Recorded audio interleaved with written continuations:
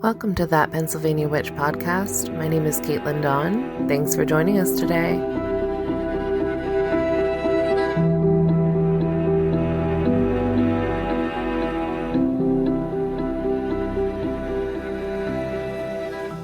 Hello. Thanks for tuning into That Pennsylvania Witch podcast. We're recording today in early fall on a cold, dreary, rainy Sunday. I spent the weekend with family, walking through sunflower fields, and visiting with friends. This morning, after an amazing brunch at the Millworks in Harrisburg, we combed through the used book selection at the Midtown Scholar. It was an amazing weekend. Though the weekend was amazing here in central Pennsylvania, I wanted to take a moment and acknowledge the pain, destruction, and devastation brought on by the extreme weather conditions recently. Our hearts go out to those who have experienced loss during Hurricane Helene. Please take a moment and keep those people in your thoughts. And if you're able, please contribute to disaster relief. In my introduction podcast, I set some intentions for what I wanted to do with this podcast project. And one of them was to showcase and feature some of the brilliant humans I have met in my travels. Some of them are my elders, facilitators, friends, and mentors. Some of them are in leadership roles in my initiatory traditions, and I have been so lucky to learn and collaborate with absolutely brilliant individuals. I have learned from people who share my beliefs and also those who oppose my beliefs. I have learned from students just as much as I have from mentors. Today, I have the honor to introduce you to one of my brilliant friends. She's a steward to the land, a pollinator specialist, and a hell of an amazing person. She's also one of the most intelligent, interesting, and funniest women I've had the privilege of knowing. Welcome to That Pennsylvania Witch podcast, Anya. Glad to have you. So, how are you doing today, Anya? I am loving this weather. Me too. This is my absolute favorite. And I just want to curl up with a book and my dogs. And it's just my favorite type of weather to have. It is absolutely phenomenal. It is definitely soup weather too, which is... Yeah, I'm shifting into soup mode. Yeah. There's rules. We don't make the rules. We just abide by them. And soup mode is one. That's what we do. And crusty bread. Yes. Agreed. That's ideal. With heavy amounts of garlic. One thing, I'm glad that we're not starting off this podcast with just rambling a lot, because I feel like we're doing a really great job of staying on task. This is exactly what I expected both of us to do, and I'm here for it. I'm happy. Very focused. Yes.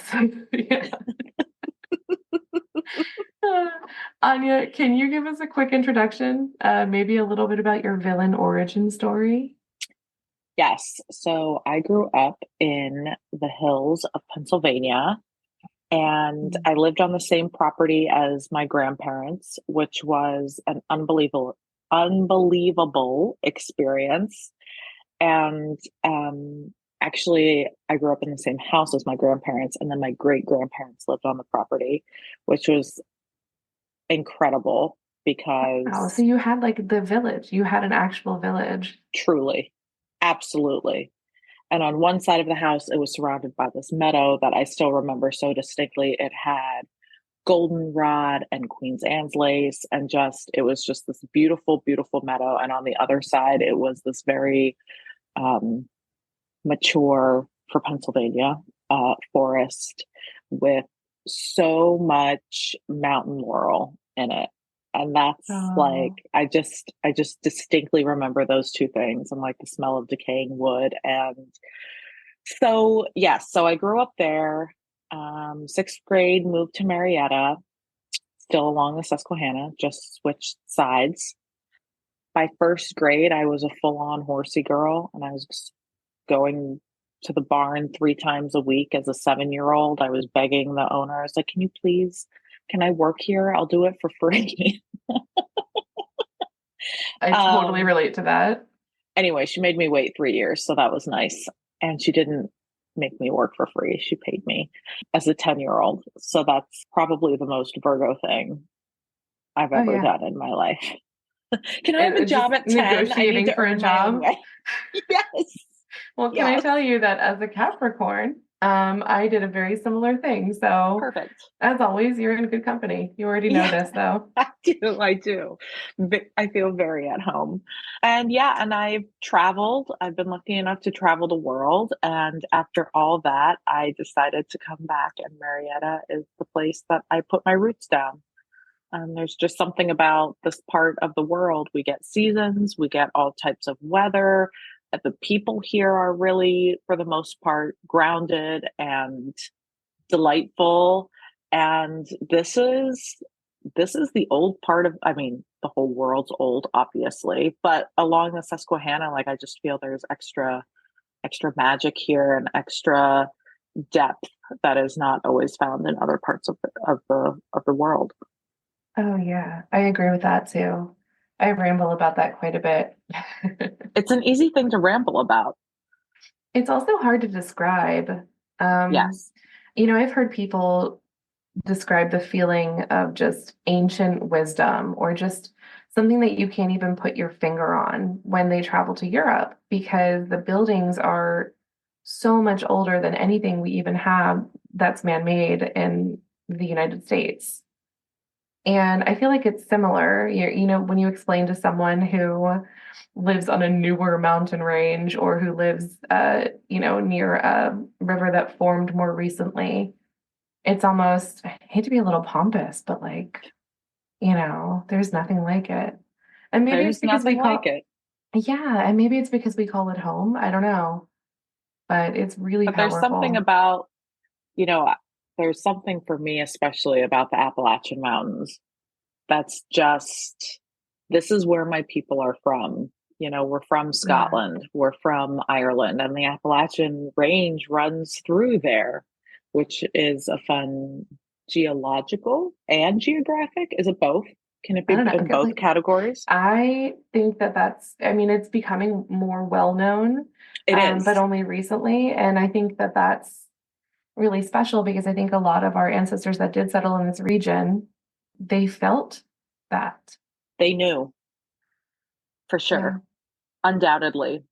Yeah. And then, my other ancestors are from Lithuania, so no mountain ranges that connect us there, but that's okay. But, still mountains, still water. Yeah. So I have to brag about you a little bit. This is not going to You, make me feel uncomfortable at all. This is good. right, as a Virgo, this is going to be Yeah. your forte. You're going to love this. Brace yourself, Anya, because Oh, oh, no, you are so talented as an herbalist, a photographer. Can you tell me, please, if it's Pollinator Steward? Please tell me it's Pollinator Steward or yes. Pollinator Specialist. It's pollinator. I am a trained pollinator steward, and it is through the Pollinator Partnership. That's amazing. That's How did you find out about that program? I Googled it. Right on. Amazingly, because I was like, I want something that's going to be affordable, that's not going to be like 6,000 weeks. And I need it to be like virtual so that if I have to skip a week or whatever, there's flexibility there.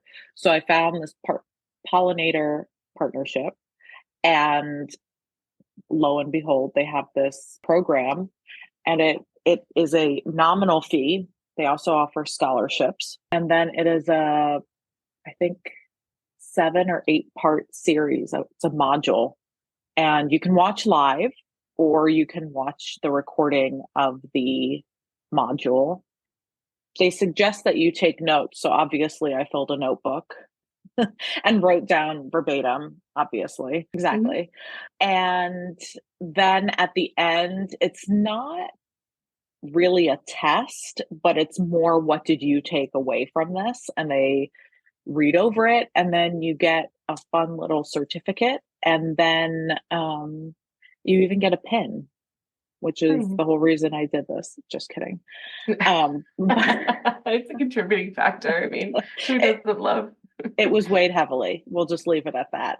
Yeah. But they also part of this program is that you have to create, it's not just the book learning, you have to create habitat, you have to do an outreach project, you have to put yourself out there to educate, which is a big part of what they promote, is the education of pollinators. And it's not just honeybees, it's about all the things: Yeah. wasps, flies, butterflies, moths, bats, even us. You know, if you're walking through a field, you're touching flowers, you're collecting that pollen and passing it on to other creatures. So, and other flowers. So it's even, we partake in that, but obviously the bees know how to do it best. Yeah, I never thought of being a pollinator myself, but yesterday when I was trudging around in the sunflower fields, I kept getting snagged and tangled in things, as one does, As one does. especially me. My relationship with gravity and coordination in general. I kind of like that. I'm gonna use that instead of just getting tangled up in things. I am pollinating. I'm pollinating. It's for the pollinators. Yeah. That's my go-to about everything. Like when I Yeah, drop something, I'm like, ah, it's for the pollinators. of course. Yeah. And that's fun because I'll probably just walk around like myself for Halloween and I'll be a pollinator. I might steal that. Please do. So your gardens, your yard is just absolutely gorgeous. It is filled with native plants and flowers, and it is, I mean, every time you come visit me, you're like, can I bring you 14 pounds of lavender? And I'm like, yes, please. Please bring me 14 pounds of lavender. And it's at least 14. And yeah. Are you just like just a chaos gardener? Did you have a plan? Yes. In general. Yes. Yes. So I drew a plan last winter, and it was more a sketch of what I dreamed this empty yard could become. So I wasn't stuck to the plan. I wasn't, it's this or nothing, because nothing in nature really works that way. And anybody who takes a moment to observe has run into nature doing its own thing when you're like, that's not what I wanted. So I had this rough sketch of what I wanted to see on this blank slate of a yard, which is the best. And then from there, I knew that I wanted to focus on natives and some foods, which is a commitment. And people, including myself, I think fall into this lull of, oh, you can plant one tomato plant and then the tomatoes just harvest themselves. And all of a sudden you have sauce in your refrigerator. And 100% not how it works. So, for example, I planted garlic and I was like, this is great because I measure garlic with my heart. And I was like, I'm going to just going to grow my own garlic, going to harvest my own garlic. And then my dogs were like, well, what if we pee on the garlic the whole time it's in the ground? And so now the garlic is part of the earth. I actually didn't harvest it because that is disgusting. Yes. But I sacrificed the garlic so that other things could grow. Where I knew, on the one side of the fence, I knew I wanted roses. Like those are they're one of my favorites. They're very nostalgic to me. I have a lot of sentimental value to roses, even though they're not native, even though they're not the highest pollinator for this area.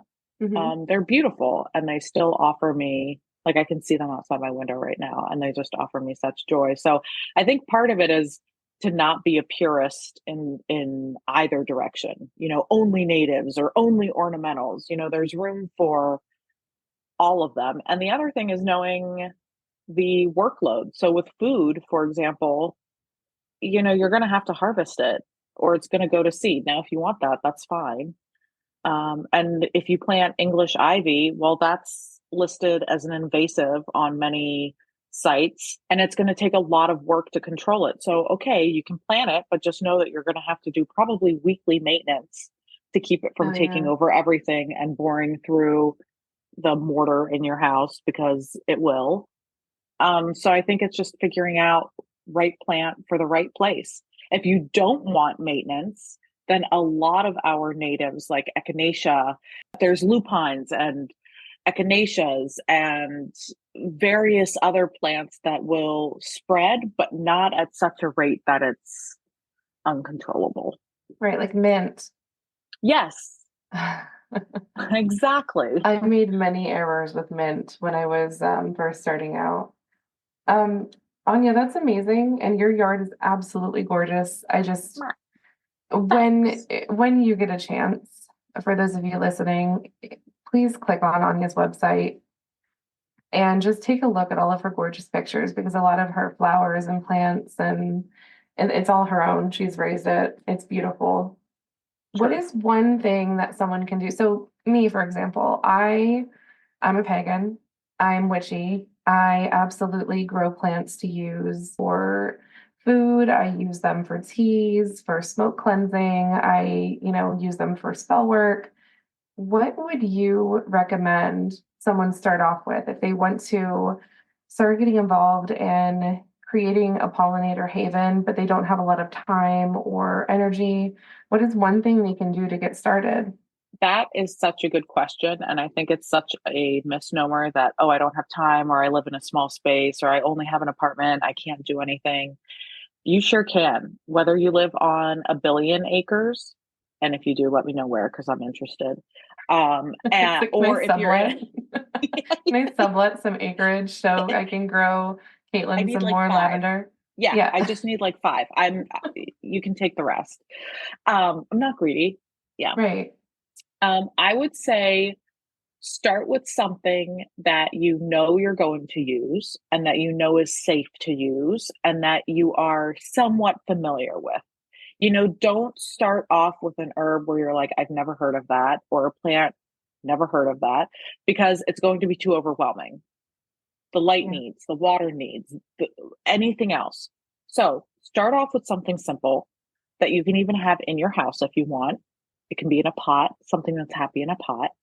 And one of my favorite herbs, and this is also an excellent witchy herb, is rosemary.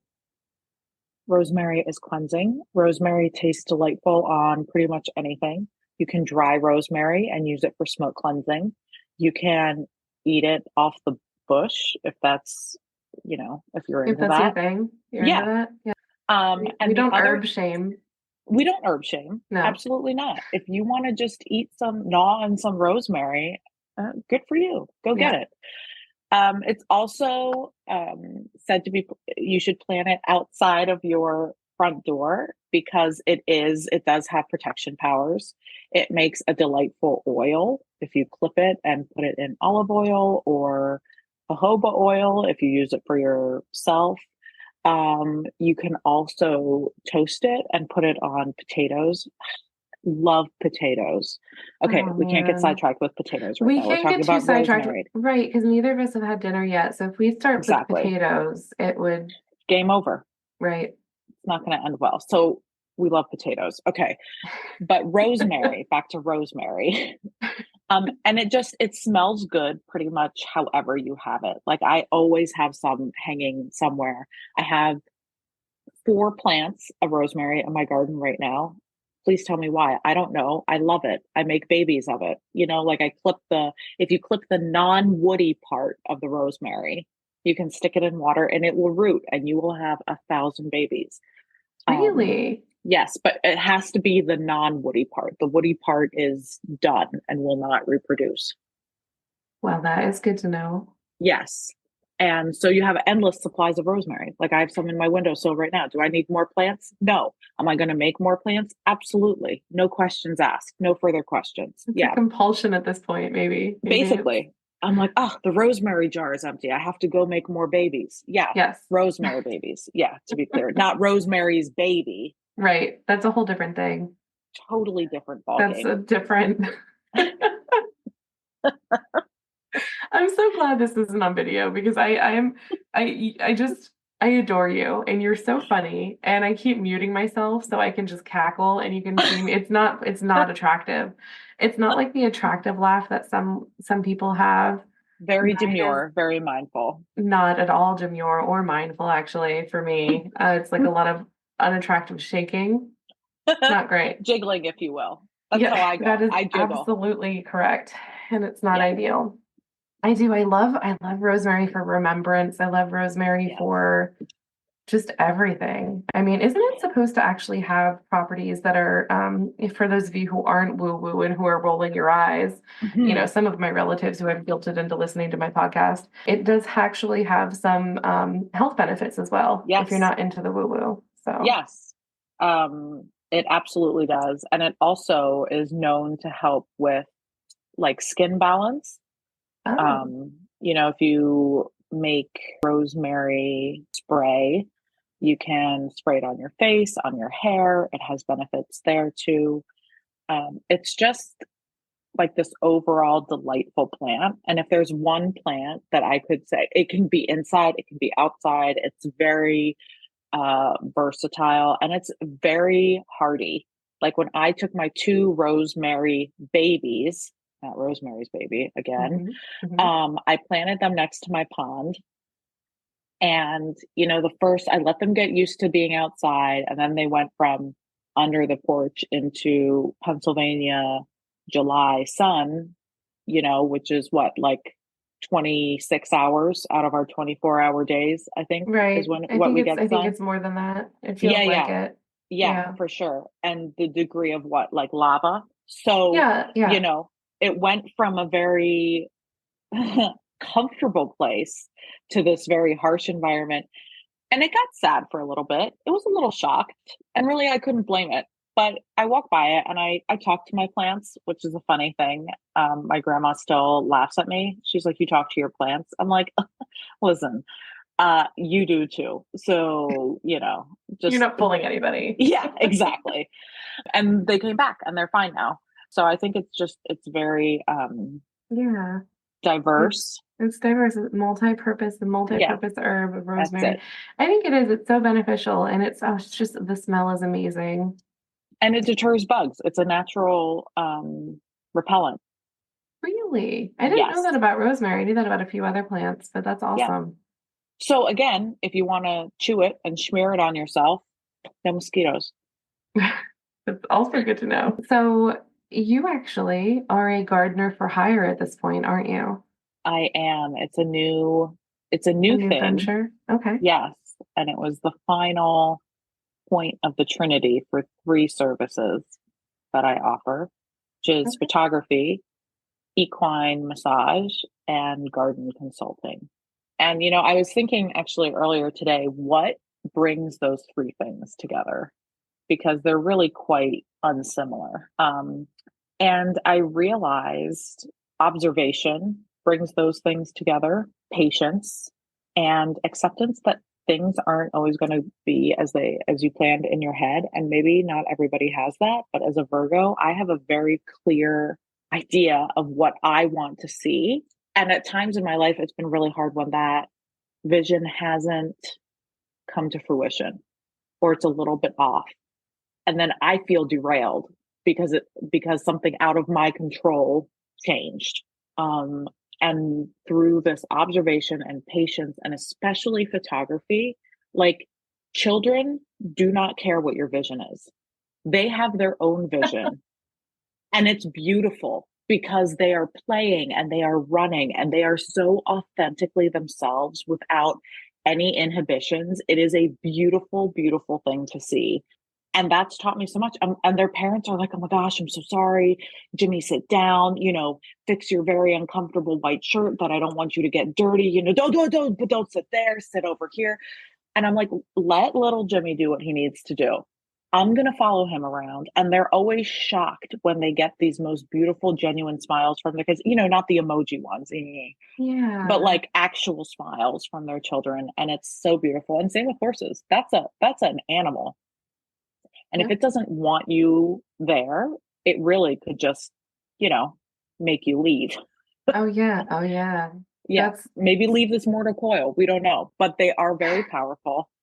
And I think it's beautiful that they allow us into their lives to train them and ride them and perform with them. And I know horseback riding is considered an individual sport, but it's really not.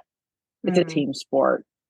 And I know you know that because you're my I'm fellow also a horsey girl. horse girl. Yeah, I am. Yes. Oh my God. And then Growing up, with gardening, you have to observe. I observe all the time. Like I have some that I can see right now. I have some nasturtiums, and there is a wee black bug that has demolished about half this plant. I could freak out. I could douse it in some sort of side, try a pesticide or a fungicide or, you know, something like that. But I'm just going to let it ride because nature often knows exactly what the balance needs to be. And I actually heard something yesterday from a biodynamic gardener, and it's a quote of somebody else's. And now I'm not going to remember the exact quote, of course, but it was basically the burden falls to the human who intercedes in nature, which is so true. If we just let nature go, it would balance itself out totally, completely. But now I've put all these plants here, and now it's my job to make sure everything's okay. But I'm still just going to observe. Maybe yeah. it needs more compost, or as Monty Don would say, compost, which is the only way I say it now. That's the best way to say it. I feel like Yeah, that's compost. it's more Um, prestigious. absolutely. Yeah. Or maybe it just, they like the nasturtium and that's the sacrificial plant because I have three other plants that are completely unaffected. I'm okay with that. So I've learned so many things from you today, namely, of course, first of all, that I was pronouncing nasturtium wrong, which is I thought you fine. were going to say compost. That too. But I went to an event at like a potluck for the autumn equinox, and someone had made these amazing roasted veggies, like parsnip. You know how I feel about parsnips. I mean, come on. Too. Parsnips and carrots and potatoes. I'm sorry. Potatoes. We should count how many times we say potatoes because I think it's not going to be there's going to be more. It's going to come up again. It has to. It will. Potato. Yeah. So, and beets and Yum. rosemary, Of and course. just that's what's so beautiful because a lot of this stuff this gentleman had just gathered from his garden. But as he was walking Beautiful. in, property where we were hosting this event has gorgeous organic gardens. And so we know that they're not doused with anything that's going to make us sick.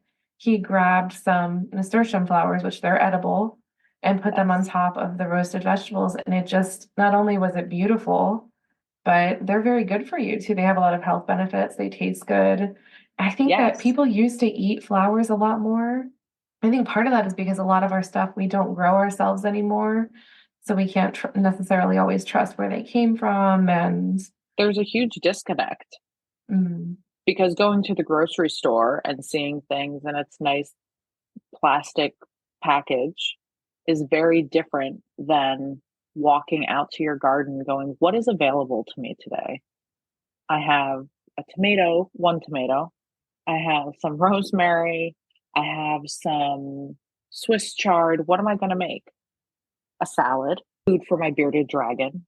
She loves Swiss chard. But, I agree with you. There's a huge disconnect. You see meat wrapped in plastic, yeah. and it's easy to forget where it came from. Oh yeah. And that can be we can get a little existential. That's absolutely how a lot of us go through our lives and we forget that we are connected to this amazing, amazing thing. So much that we overlook, and there's so much that we separate ourselves from artificially. And it's not true. It's a big fallacy. The separation. Totally. The We are separation is the part of fallacy. nature. We are Yeah. 100% part of nature.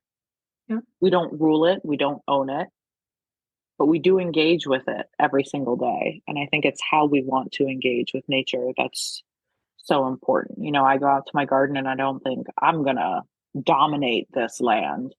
I go out there and I'm like, what can I do to make this even more beautiful?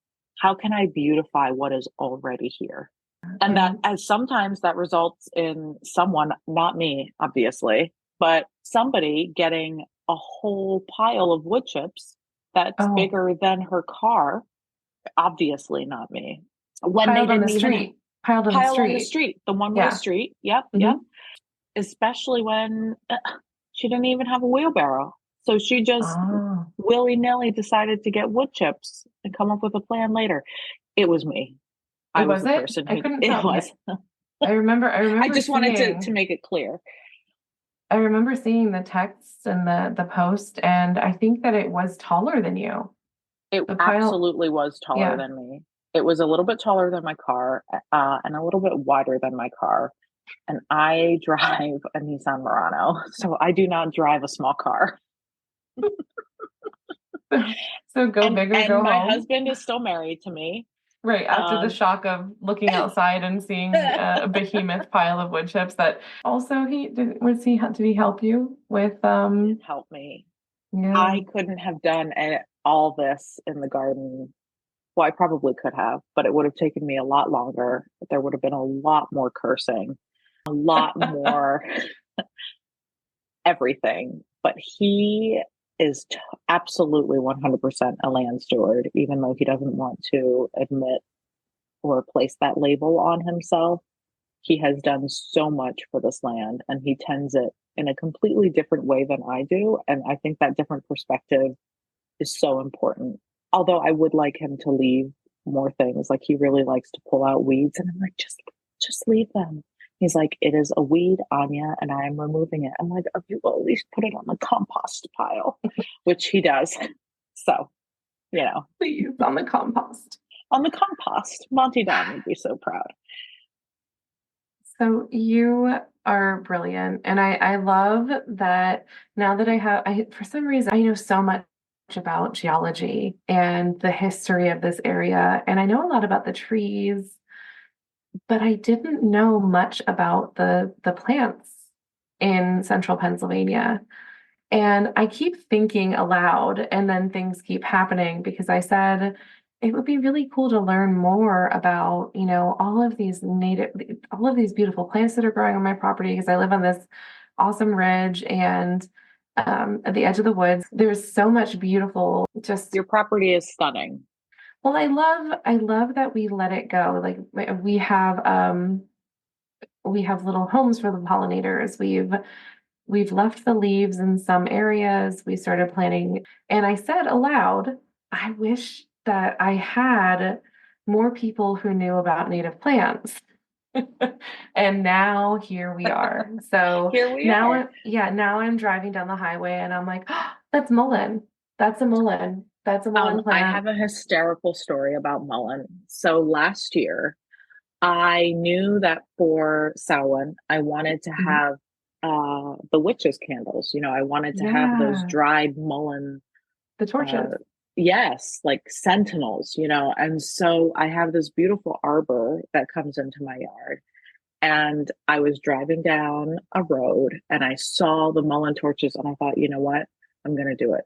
So I pulled over. I had like a knife about 1.5 inches, and I was like, this is going to be great. I'm going to cut some mullein torches. It was not great.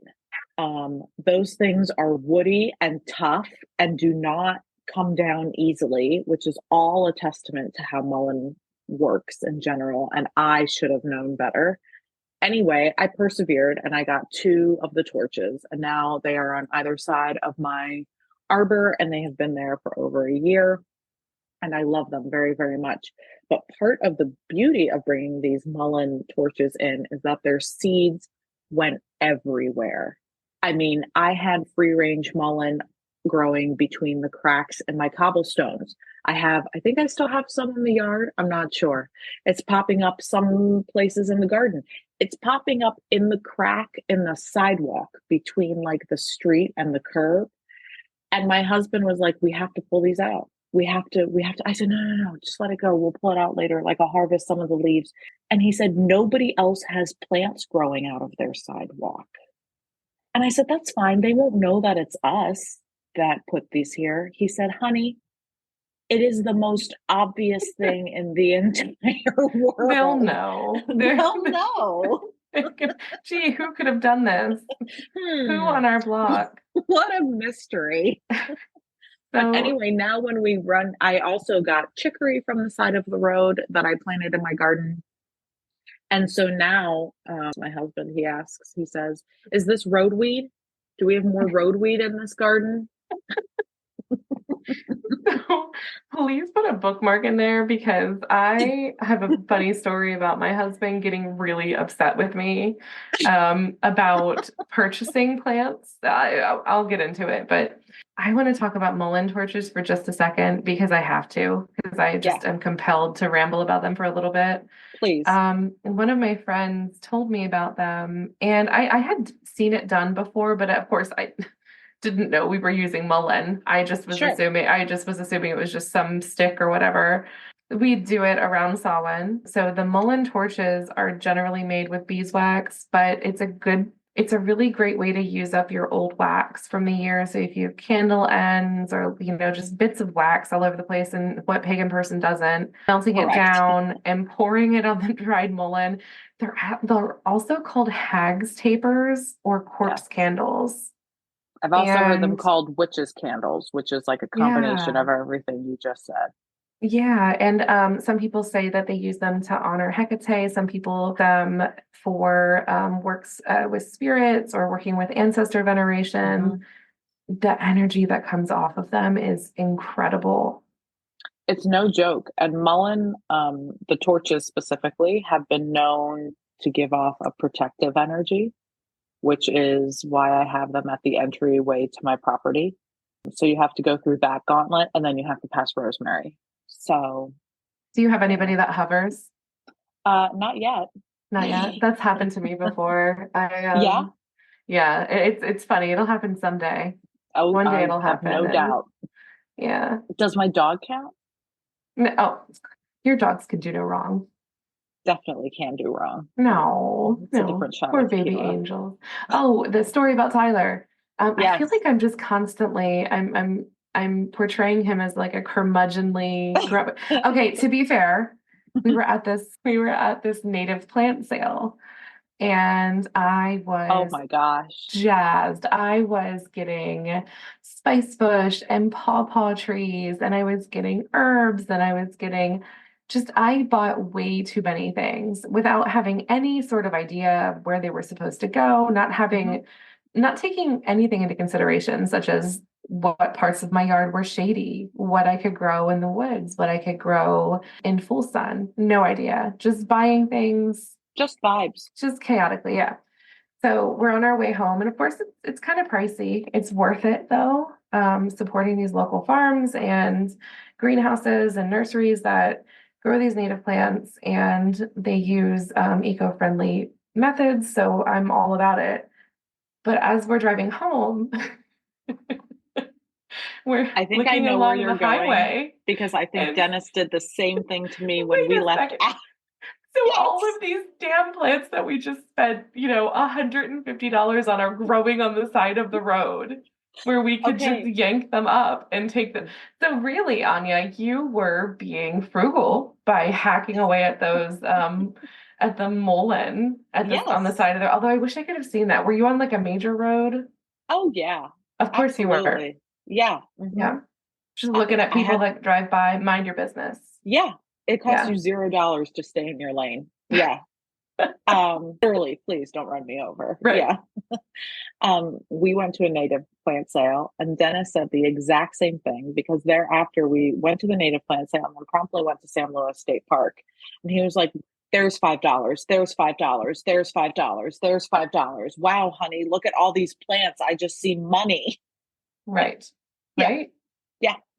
But it is worth it. Like you said, these are usually mom and pop places that are so committed to ecological justice and stewardship that I think it's worth supporting them in their efforts to do so. I know you do you do a lot of work locally by, being a photographer or an herbalist or any of the services that you offer. They're so beneficial and you're so talented at everything you do.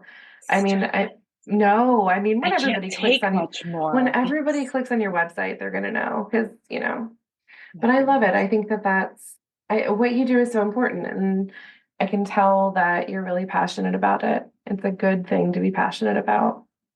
And I think, yes, I feel like I can go lay down in my garden, avoiding the dog poop, obviously. And it's calming. These gardens are an extension of our homes. Again, it's that same idea we were talking about earlier, where we're not separate from nature.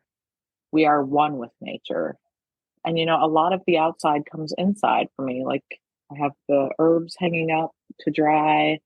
I have various rocks inside and bones that have been harvested correctly, not, any ethically other. And yes, legally. ethically. Yep. Yes, all those words. Every single one. And, I think it's just this really beautiful thing to be able to watch when we can interact appropriately with nature and not try to dominate or force ourselves and our ideas onto this already perfect thing. Yeah, I absolutely agree. And this coming weekend, I somehow managed to buy more plants. I'm not sure where I'm going to put them unless somebody who's not me, but who lives in this house and who's also not my daughter, makes more garden beds for me, which he will begrudgingly, but he will.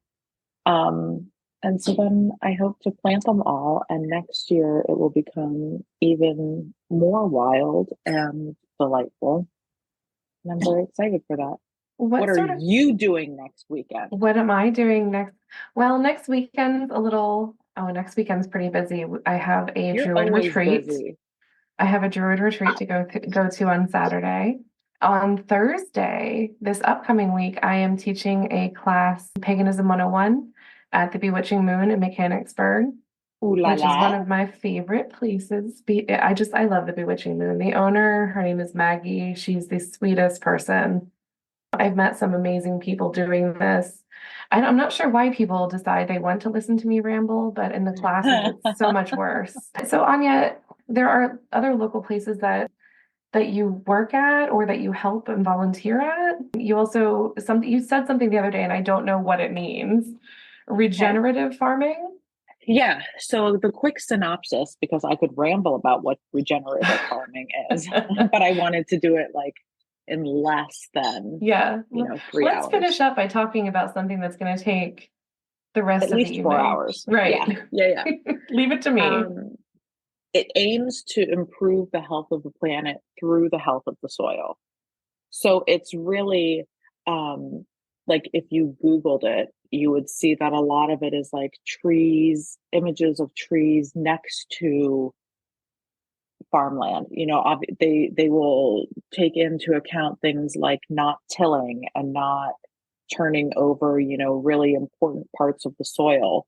And the soil, without good soil, there's really everything else is for naught, because without excellent soil, things aren't going to grow. Everybody can help regenerate their soil, whether that's making your own compost. You don't need tons of space to do it. There's a method of composting where you dig a trench or a hole and you bury whatever, the food scraps, and you just bury it, and that's it. And it will disintegrate, and the worms will come, and the microbes will come, and it will leach into the soil, and it will better the soil. I know a few folks who do that in their big scale farming. They'll have multiple compost piles, but they will also where they'll throw things and then they'll bury it once it's full. And it's just finding the balance. There is a documentary on Netflix, and it's called The Biggest Little Farm, or The Little Biggest Farm, something like that. Those words in some order, and it's on Netflix. Order, yeah. But these people bought this winery in California, and the soil was decimated. I mean, it was not good. And so they wanted to create this community farm. And the first thing they did was they fixed the soil. And then to watch the progress and the shift in this, mini ecosystem was beautiful. And then, their fruit trees got infected with some type of bug. So rather than turning to pesticides or anything else, they brought ducks in, and those ducks demolished the bugs, and there were no more problems. Plus, they didn't have any pesticides or any chemicals, and their fruit trees were just fine. So it's this cyclical way of thinking that every action, well, this is physics, and the only thing I remember from high school physics, to be completely honest, every action has an equal and opposite reaction. That's straight from the textbook. That's load-bearing trauma. That's the mitochondria is the powerhouse of the cell. Flagella. Yes, that's oh my God, biology. No, we can't go down there. Okay. Yeah, I think just trying not to dominate the environment. Yeah. I saw this quote, and it probably was something you shared, if I'm being completely honest, but it was a Paul Harvey quote. And it's, despite all our accomplishments, we owe our existence to a 6-inch layer of topsoil and the fact that it rains. Yep. We're very complicated plants. Yeah. I love the idea of permaculture. I mean, I could go on and on, but absolutely. Yeah. Well, I really appreciate you coming on today. Thank you for having me, friend. Thank you. I'm so honored to be here and to share all about this good stuff. Well, thank you for the work that you do and for the knowledge that you share. Close it up today. How about you tell me what your favorite flower is? Like, I would love to hear about your favorite flower. And I know, I can see the horror on your face. It's like a 5-paragraph essay. Okay, so it's David Austin rose.